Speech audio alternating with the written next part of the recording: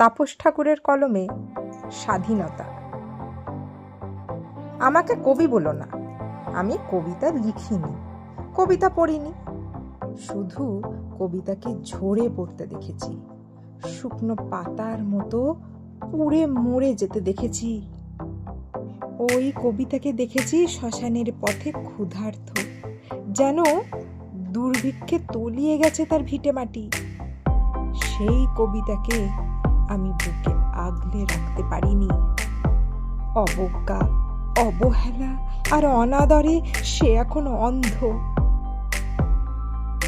সেই কবিতা আমি বুঝিনি, জানিনি কোনোদিন।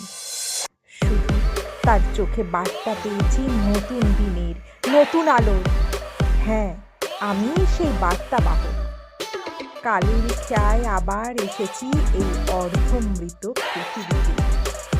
ওই পায়ে ঠেসা ফুল, ডাস্টবিনের পাশে পড়ে থাকা অসহায় নবজাতকের চোখ যেন হয় ধূসর অন্ধকার পৃথিবীর ছোট ছোট আলোকময় দিন, অথবা এই অসভ্য পৃথিবীর বাগিচা।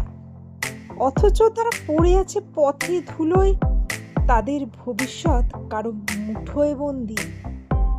আমি কি লিখবো তার প্রতি উত্তর?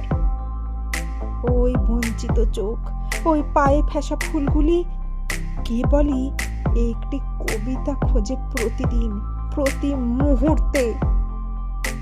যেন কবিতা এই অন্ধকার পৃথিবীতে মৃত, যেন কোনো এক বিশেষ শ্রেণীর আলোক উজ্জ্বল রং মহলে, অথবা বাজার অর্থনীতির লোভী চক্ষুতে বন্দী।